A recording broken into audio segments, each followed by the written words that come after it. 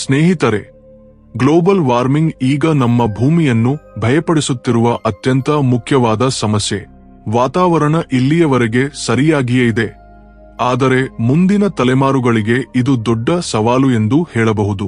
ಅಂತಹ ಗ್ಲೋಬಲ್ ವಾರ್ಮಿಂಗ್ನಿಂದಾಗಿ ಇಡೀ ದೇಶವೇ ಮಾಯವಾಗಿ ಹೋಗುತ್ತದೆ ಎಂದರೆ ನೀವು ನಂಬುತ್ತೀರಾ? ಅದೇ ದೇಶವು ಮೊದಲು ಹೊಸ ವರ್ಷವನ್ನು ಆಚರಿಸಿದ್ದು ಈಗ ನಡೆಯುತ್ತಿರುವ 2025 ಎಂದು ಹೇಳಿದರೆ ಈ ಬಾರಿ ನೀವು ಖಂಡಿತವಾಗಿಯೂ ನಂಬಲಾರದು. ನಿಜವೇ ಸ್ನೇಹಿತರೆ, ಕಿರಿಬಾಟಿ ಎಂಬ ದೇಶವು ಆಚರಿಸಿದ ಹೊಸ ವರ್ಷ 2025 ಮಾತ್ರವೇ. ಆದರೆ ಅದೇ ದೇಶವು ಶೀಘ್ರದಲ್ಲೇ ಅಂತ್ಯವಾಗುತ್ತದೆ. ಅಸಲು ಈ ಕಿರಿಬಾಟಿ ಎಲ್ಲಿದೆ? ಅದರಲ್ಲಿ ಯಾವ್ಯಾವ ವಿಶೇಷ ಸ್ಥಳಗಳಿವೆ ಎಂದು ಈಗ ನಾವು ತಿಳಿದುಕೊಳ್ಳೋಣ. ಇಲ್ಲಿ ಒಂದು ಆಶ್ಚರ್ಯಕರ ವಿಷಯವೆಂದರೆ ಈ ದೇಶದ ಸರ್ಕಾರವು ಅಲ್ಲಿನ ಕೆಲಸಗಾರರಿಗೆ ಕೇವಲ 6 ಗಂಟೆಗಳು ಮಾತ್ರ ಕೆಲಸ ಮಾಡಿ ಎಂದು ಆದೇಶ ಹೊರಡಿಸಿದೆ. ನಿಜಕ್ಕೂ ಇದನ್ನು ಕೇಳಿದರೆ ನೀವು ಆಶ್ಚರ್ಯಪಡುತ್ತೀರಲ್ಲವೇ? ಯಾವ ದೇಶದಲ್ಲೂ ಇಂತಹ ಆಯ್ಕೆ ಇರಲಾರದು. ನಿಜ ಹೇಳಬೇಕೆಂದರೆ ಅಸಲು ಇಂತಹ ದೇಶವೇ ಇದೆ ಎಂದು ಕೂಡ ಬಹಳಷ್ಟು ಜನರಿಗೆ ಕಡಿಮೆ ತಿಳಿದಿದೆ. ಆದರೆ ಈ ದೇಶದಲ್ಲಿ ಇರುವ ವಿಶೇಷ ಸ್ಥಳಗಳು ಬೇರೆಲ್ಲೂ ಇರಲಾರದು. ಅಷ್ಟು ಸುಂದರವಾಗಿರುತ್ತದೆ. ಮರಿ ಅವು ಯಾವುದು ಎಂದು ನಾವು ಕೂಡ ತಿಳಿದುಕೊಳ್ಳಬೇಕೆಂದರೆ ಈ ವಿಡಿಯೋದ ಅಂತ್ಯದವರೆಗೂ ನೋಡಿ. ಈ ಕಿರಿಬಾಟಿ ಎಂಬ ದೇಶವು ಪೆಸಿಫಿಕ್ ಮಹಾಸಾಗರದ ಮಧ್ಯದಲ್ಲಿ 33 ದ್ವೀಪಗಳನ್ನು ಹೊಂದಿದೆ. ಈ ದೇಶದ ರಾಜಧಾನಿ ಟರಾವಾ ಕೇವಲ 811.2 ಚದರ ಕಿಲೋಮೀಟರ್ಗಳು ಮಾತ್ರ ಇರುವ ಈ ದೇಶದಲ್ಲಿ ಕೇವಲ 20,000 ಜನಸಂಖ್ಯೆ ಮಾತ್ರ ಇದೆ.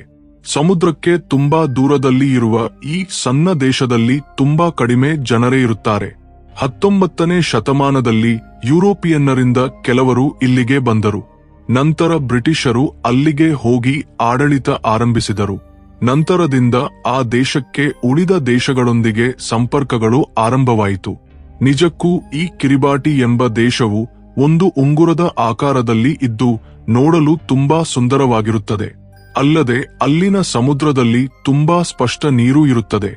ಸಾಹಸಮಯ ಕಾರ್ಯಗಳು ಮಾಡಬೇಕೆಂದುಕೊಂಡವರು ಇಲ್ಲಿಗೆ ನೀರಿನ ಡೈವಿಂಗ್ಗಾಗಿ ಮಾತ್ರ ಬರುತ್ತಾರೆ. ಉಂಗುರದ ಆಕಾರದಲ್ಲಿರುವ ನೀರು ಸುಮಾರು 388 ಕಿಲೋಮೀಟರ್ಗಳವರೆಗೆ ಇರುತ್ತದೆ. ನಿಜ ಹೇಳಬೇಕೆಂದರೆ ಯಾರೋ ಸರಿಯಾಗಿ ಕೆತ್ತಿದಂತೆ ಕಾಣುತ್ತದೆ. ಮುಖ್ಯವಾಗಿ ಇಲ್ಲಿಗೆ ಬರುವವರು ಅಲ್ಲಿನ ಪ್ರಕೃತಿಯನ್ನು ಹಾಗೂ ಆ ನೀರನ್ನು ನೋಡಿ ಶಾಂತವಾಗಿ ಆನಂದಿಸಲು ಮಾತ್ರ ಬರುತ್ತಾರೆ. ಅಲ್ಲಿನ ಜನರೆಲ್ಲರೂ ಆಸ್ಟ್ರೋನೇಷಿಯನ್ ಇಂಗ್ಲಿಷ್ ಭಾಷೆ ಮಾತ್ರ ಮಾತನಾಡುತ್ತಾರೆ. 19ನೇ ಶತಮಾನದಲ್ಲಿ ಬ್ರಿಟಿಷರು ಹೋದ ನಂತರ ಮಾತ್ರ ಅಲ್ಲಿ ಇಂಗ್ಲಿಷ್ ಭಾಷೆ ಮಾತನಾಡಲು ಆರಂಭವಾಯಿತು. ನಂತರದ ವರ್ಷಗಳಲ್ಲಿ ಅದು ಅವರ ಮುಖ್ಯ ಭಾಷೆಯಾಗಿಯೂ ಬದಲಾಯಿತು. ಈ ದೇಶಕ್ಕೆ ಒಂದು ಬದಿಯಲ್ಲಿ ಜಪಾನ್ ಇದೆ. ಅವರಿಗಾಗಿ ಅವರು ವಾರಕ್ಕೆ 7 ಗಂಟೆಗಳು ಕೆಲಸ ಮಾಡುತ್ತಾರೆ. ಅಲ್ಲದೆ ಇದನ್ನು ಲೇಜಿ ಕಂಟ್ರಿ ಎಂದು ಕರೆಯುತ್ತಾರೆ, ಏಕೆಂದರೆ ಅಲ್ಲಿನ ಜನರು ಒಂದು ದಿನಕ್ಕೆ 6 ಗಂಟೆಗಳು ಮಾತ್ರ ಕೆಲಸ ಮಾಡುತ್ತಾರೆ. ಈ ಕಿರಿಬಾಟಿ ದೇಶವನ್ನು ವಿಶ್ವದಲ್ಲೇ ಅತ್ಯಂತ ಕಡಿಮೆ ಕೆಲಸದ ದೇಶ ಎಂದೂ ಕರೆಯುತ್ತಾರೆ, ಏಕೆಂದರೆ ಅಲ್ಲಿನ ಸರ್ಕಾರವೇ ಎಲ್ಲರಿಗೂ ಹೆಚ್ಚು ಸಮಯ ಕೆಲಸ ಮಾಡಬೇಡಿ ಎಂದು ಹೇಳಿದೆ.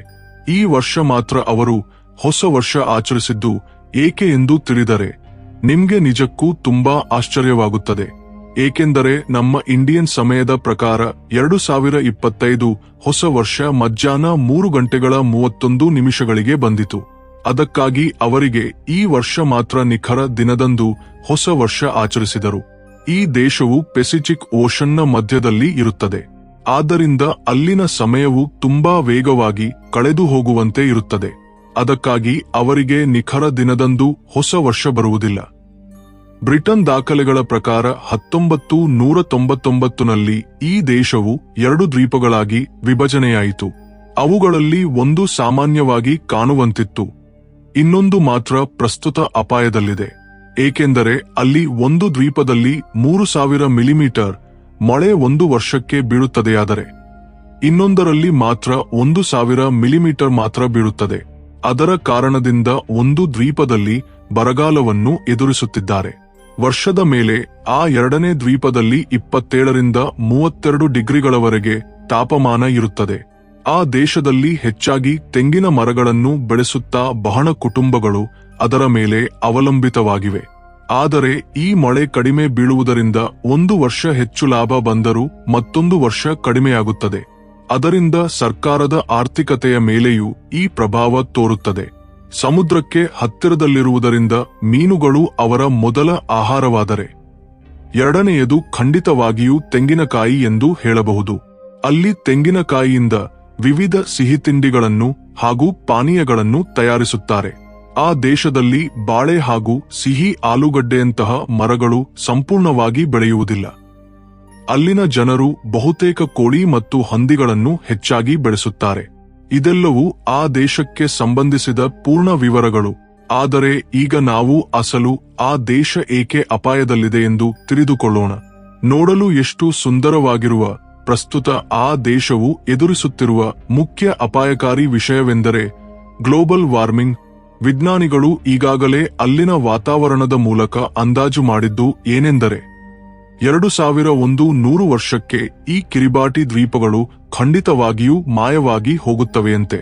ಕೇವಲ ಇದು ಮಾತ್ರವಲ್ಲದೆ ಅಲ್ಲಿ ಉಪ್ಪು ನೀರು ಹೆಚ್ಚಾಗಿರುವುದು, ಅದಕ್ಕೆ ತೋಡು ಮಳೆ ಬೀಳದಿರುವುದು, ಇದು ಕೂಡ ಅಲ್ಲಿರುವವರಿಗೆ ದೊಡ್ಡ ಸಮಸ್ಯೆಯಾಗಿ ಮಾರ್ಪಟ್ಟಿದೆ. ಆ ಉಪ್ಪು ನೀರಿನಿಂದ ಕೃಷಿಯಾಗಿ ಬೆಳೆಯುತ್ತಿರುವ ತೆಂಗಿನ ಮರಗಳ ಮೇಲೆಯೂ ಆ ಪ್ರಭಾವ ತೋರುತ್ತಾ ಅವು ಬೆಳೆಯುವುದು ತುಂಬಾ ಕಡಿಮೆಯಾಗಿದೆ. ಅದಕ್ಕೆ ತೋಡು ವಾತಾವರಣದಲ್ಲಿ ತುಂಬಾ ದೊಡ್ಡ ಬದಲಾವಣೆಗಳು ಒಂದೇ ದಿನದಲ್ಲಿ ಬಂದುಬಿಡುತ್ತವೆ. ಯಾವಾಗ ಬಿರುಗಾಳಿ ಬೀಳುತ್ತದೆಯೋ, ಯಾವಾಗ ಸಾಮಾನ್ಯವಾಗಿರುತ್ತದೆಯೋ ತಿಳಿಯದಂತಾಗುತ್ತದೆ. ಒಮ್ಮೆ ಬಿರುಗಾಳಿ ಬಂದರೆ ಖಂಡಿತವಾಗಿಯೂ ಅದು ಆ ದೇಶದ ಮೇಲೆ ಪ್ರಭಾವ ಬೀರಿ ತೆಂಗಿನ ಮರಗಳನ್ನೆಲ್ಲ ನಾಶ ಮಾಡುತ್ತದೆ. ಸಮುದ್ರ ಮಟ್ಟಗಳಲ್ಲಿ ಬರುವ ಬದಲಾವಣೆಗಳಿಂದ ಅವರ ಎರಡನೇ ಆರ್ಥಿಕತೆಯಾದ ಮೀನುಗಳು ಕೂಡ ಸರಿಯಾಗಿ ಸಿಗದೆ ಅವರ ಆರ್ಥಿಕ ವ್ಯವಸ್ಥೆಯು ಹಾನಿಯಾಗುತ್ತದೆ.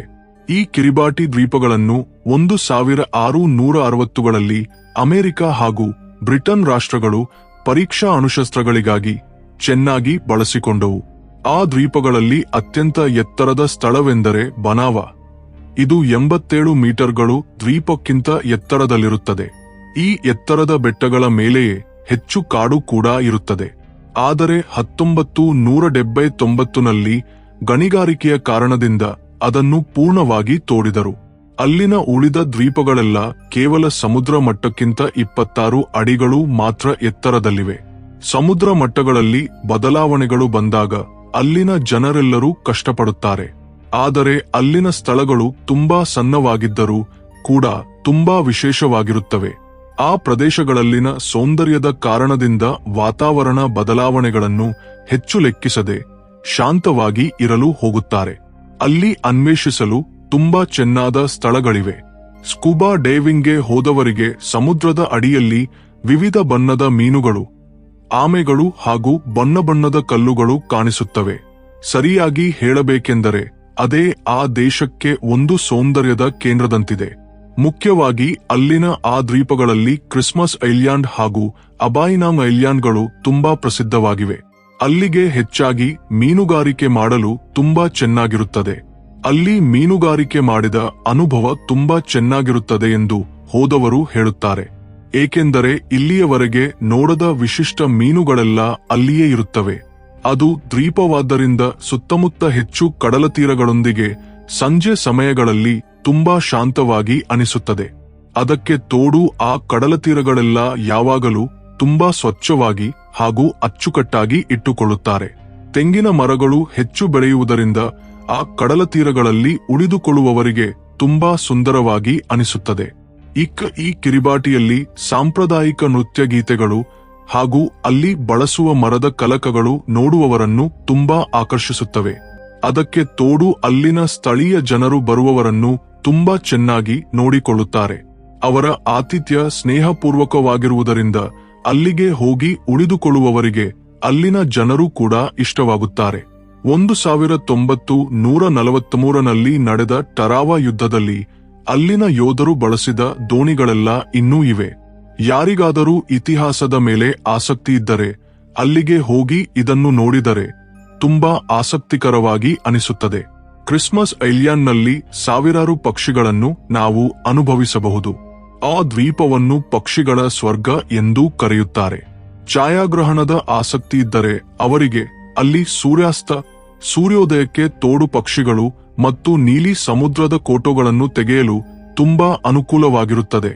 ಆ ಅನುಭವವನ್ನು ಮಾತಿನಲ್ಲಿ ಹೇಳಲು ಸಾಧ್ಯವಿಲ್ಲ ಎಂದು ಅಲ್ಲಿಗೆ ಹೋದವರು ಹೇಳುತ್ತಾರೆ. ಒಮ್ಮೆ ನೀವು ಅಂತಹ ಸ್ಥಳಗಳಿಗೆ ಹೋದರೆ ಜೀವನದಲ್ಲಿ ಮರೆಯಲಾರದಂತೆ ನಿಮ್ಮ ನೆನಪಿನಲ್ಲಿ ಉಳಿದುಬಿಡುತ್ತದೆ. ಆದರೆ ಗ್ಲೋಬಲ್ ವಾರ್ಮಿಂಗ್ನಿಂದಾಗಿ ಅಲ್ಲಿನ ವಾತಾವರಣದಲ್ಲಿ ಬರುತ್ತಿರುವ ಬದಲಾವಣೆಗಳಿಗೆ ಸರ್ಕಾರವು ಕಠಿಣ ನಿಯಮಗಳನ್ನು ಹಾಕುತ್ತಾ ಯಾವಾಗಲೂ ಸ್ವಚ್ಛ ಹಾಗೂ ಅಚ್ಚುಕಟ್ಟಾಗಿ ಇಟ್ಟುಕೊಳ್ಳುವಂತೆ ನೋಡಿಕೊಳ್ಳುತ್ತದೆ. ಅದಕ್ಕೆ ತೋಡು ಅಲ್ಲಿನ ಜನರೆಲ್ಲರೂ ಕೂಡ ತಮ್ಮ ದೇಶವನ್ನು ಉಳಿಸಿಕೊಳ್ಳಲು ಯಾವಾಗಲೂ ಪ್ರಯತ್ನ ಪಡುತ್ತಾರೆ. ಆದರೆ ಯಾವುದಾದರೂ ಗ್ಲೋಬಲ್ ವಾರ್ಮಿಂಗ್ನಿಂದ ಆ ದೇಶಕ್ಕೆ ಅಪಾಯವೂ ತಪ್ಪದಂತೆ ಇದೆ. ವಿಜ್ಞಾನಿಗಳೆಲ್ಲರೂ ಅಲ್ಲಿನ ಪರಿಸ್ಥಿತಿ ಚೆನ್ನಾಗಿಲ್ಲ ಎಂದು ಹೇಳುತ್ತಿದ್ದರೂ ಕೂಡ ಅಲ್ಲಿನ ಜನರು ಮಾತ್ರ ಅಲ್ಲಿಂದ ಹೊರಡಲು ಒಪ್ಪದೆ ಅಲ್ಲಿಯೇ ಇರಲು ಇಷ್ಟಪಡುತ್ತಿದ್ದಾರೆ. ಆದರೆ ಒಂದು ಗುರುತಿಸಿಕೊಳ್ಳಿ ಸ್ನೇಹಿತರೆ, ಅಂತಹ ಮರೆಯಾದ ದೇಶಗಳನ್ನು ನಾವು ಕೂಡ ಅನುಭವಿಸಬೇಕೆಂದರೆ ಮೊದಲು ಅವು ತಮ್ಮ ಉಳಿವನ್ನು ಕಳೆದುಕೊಳ್ಳದಂತೆ ಇರಬೇಕು. ಅದಕ್ಕೆ ನಮ್ಮ ಪಾಲಿನ ಸಹಾಯವನ್ನು ಕೂಡ ನೀಡಬೇಕು. ಅದು ಹೇಗೆಂದರೆ ಗ್ಲೋಬಲ್ ವಾರ್ಮಿಂಗ್ ಮಾಡದಂತೆ ಇರಬೇಕು. ಹಾಗಾಗಿ ನೀವೆಲ್ಲರೂ ಕೂಡ ನಮ್ಮ ವಾತಾವರಣವನ್ನು ಕಾಪಾಡಿಕೊಳ್ಳುವಂತೆ ಈಗಿನಿಂದಲೇ ಎಚ್ಚರಿಕೆಯಿಂದ ಇರಿ. ಈ ವಿಡಿಯೋದ ಬಗ್ಗೆ ನಿಮ್ಮ ಅಭಿಪ್ರಾಯವನ್ನು ತಿಳಿಸುತ್ತಾ ಕಾಮೆಂಟ್ ಮಾಡಿ. ಅಲ್ಲದೆ ನಮ್ಮನ್ನು ಇಲ್ಲಿಯವರೆಗೆ ಸಬ್ಸ್ಕ್ರೈಬ್ ಮಾಡಿಕೊಳ್ಳದಿದ್ದರೆ ಸಬ್ಸ್ಕ್ರೈಬ್ ಮಾಡಿಕೊಂಡು ಗಂಟೆ ಚಿಹ್ನೆಯನ್ನು ಸಕ್ರಿಯಗೊಳಿಸಿ ವಿಡಿಯೋಗೆ ಲೈಕ್ ಮಾಡಿ. ದಯವಿಟ್ಟು ಲೈಕ್ ಮತ್ತು ಶೇರ್ ಮಾಡಿ ಮತ್ತು ವಾಚಿಂಗ್ಗೆ ಥ್ಯಾಂಕ್ಸ್.